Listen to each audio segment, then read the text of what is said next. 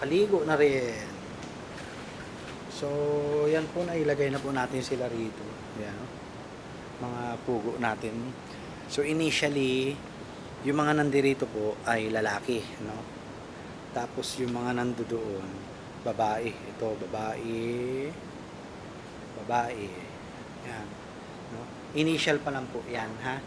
At pipilian pa po natin yan ng mga lalaki, ng lalaki at babae.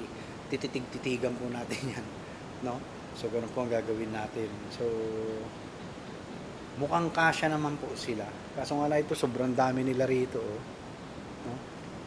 So, ilan ba ito? 2, 4, 6. Ano po to? May mga inahin pa po dito. Kasi ang nakukuha po nating itlog kada araw is nasa 80 mahigit, no? Kundi po ako magkakamali, 80 mahigit. Kaya nga po nagkakaproblema tayo, no?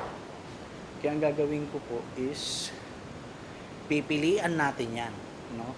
Ng sure na lalaki. Halimbawa sa ganito, 2 lalaki, 8 inahin, no? Ang gagawin po natin, no? So for the meantime, dito po muna sila. Ayan, no? Ayan. Okay? So bibigyan po natin sila ng vitamins, no? Sobrang dami nila rito, babawas tayo. Kahit mga ano. Ayan, dami nila rito, no? So ayan, dito muna sila, no? Dito na muna sila.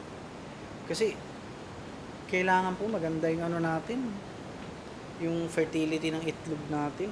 Kasi ilang buwan na lang din to, wala na, magpapaso na po to. Tulad niyan, no? So nag-candle po tayo kanina. Nasa 26 lang yung goods. To. Ayan lang. Yan, may mga similya talaga, no? Na nagtuloy. Yung nandoon po, hindi po nagtuloy ito. Ayan. Yung iba as in walang laman, pero yung iba po ay hindi nagtuloy, no? So ibig sabihin mahina yung similya natin, no?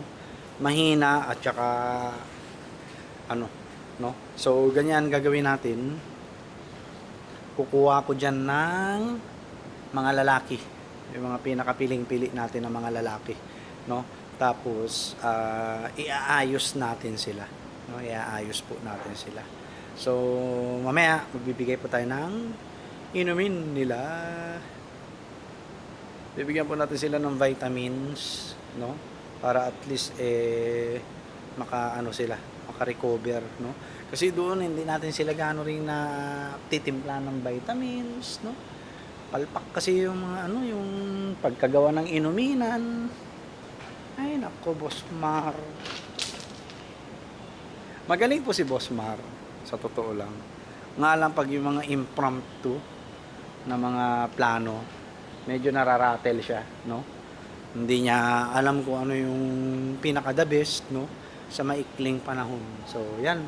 Dito na po sila. Para at least doon wala na tayong aasikasuhin. Yan, no? Wala na tayong aasikasuhin. Hindi ko alam kung tatanggalin muna natin yung mga bumbilya, no? At para at least, may ayos natin, no? So ang gagawin ko, mamimili po ako ng mga best of the best na mga inahin, no? Kahit mga ano siguro 30.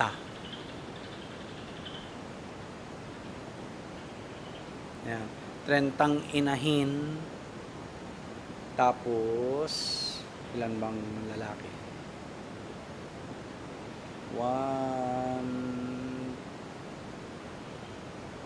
8 siguro na lalaki, no?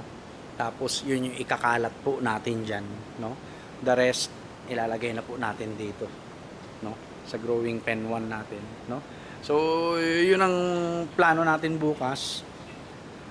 Bukas na lang ulit tayo makakakilos dahil next week starting Monday po ay may pasok na po tayo, no?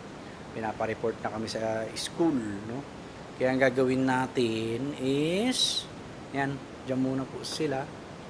Papatayin natin tong ilaw rito para at least hindi sila maratel, no? Okay? Ayan, no? So Bukas na po natin yung pipilian, no, ng mga ano natin, ng mga tawag rito, ng mga breeding materials po. Kasi yung ginawa natin, mali eh. No? In-identify ko yung mga lalaki, hinati ko 10-10, no? Tapos, flock mating kasi tayo, no? Flock mating. Ito yung pangit po, no? So, sa 500 eggs, no? Nasa 200, 250 fertile yan na magtutuloy, no? Pero, yun nga, sabi ko, kailangan nating ma-maximize itong mga breeding materials natin kasi 8 to 12 months lang po sila talaga. Sa totoo lang po. 8 to 12 months lang po, no? Yun ang katotohanan dyan. Okay? Kaya kailangan po natin silang ma-maximize, no? Makapag-produce tayo ng mga sisiw, ganun, no? Yun, galing na rin po sa kanila yan. Pati po itong may mga laman na 26, galing na po sa kanila, no? Ang pinoproblema ko lang po is mababa yung fertility rate, no? Mababa yung fertility rate.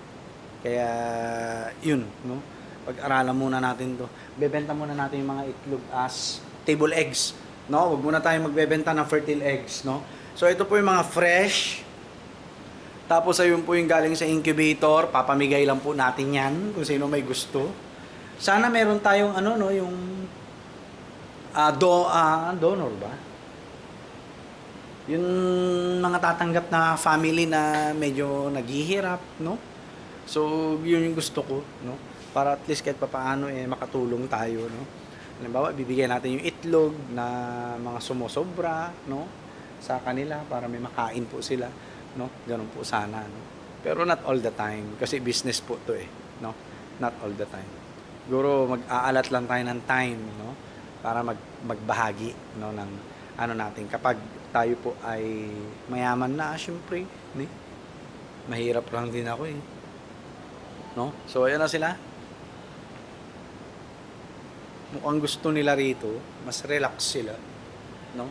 So wala na tayong aasikasuhin doon sa kabila, no? Dito na lahat ng kailangan natin ng mga ano, breeding materials andito na, no? Ay, may itlog pa pala doon na naiwan. Saka lang kunin natin. Bukas na natin to ayusin, no? May itlog dito eh. Ayun, no? Hehehe. Kunin na natin to. Sayang yan.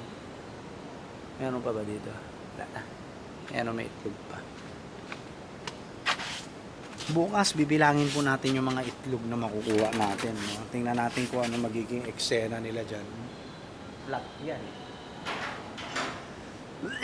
Kasi kita ko kay bossing ko, yung nag-aalaga ng mga panabong na manok. May alaga rin siyang ganyan. Nasa ganyan lang po. Nasa kalapag-lapag lang yung mga itlog ng pugo. Oh, fresh ha. Itong fresh, lalagay natin dito. Yan po ang fresh. Yan po ang pambenta. No? So, hiwalay po yung mga galing sa incubator. Ayun. No? So, pwede ko idala sa school to. Merienda namin, no? Sa Monday, no? Monday. Dadala ko po yan, no? Ewan ko kung ilalaga ko na ba o ano. Baka siguro ilaga ko na para kain na lang ng kain doon sa school, no? Alright? Yan, mukhang mas okay sila rito. Palagay ko. No? May mangingitlog dyan kasi may ilaw eh. So, paiinumin muna natin sila ng vitamins, no? Bitmin Pro. Alright, so yun lang po. God bless po sa ating lahat. Peace!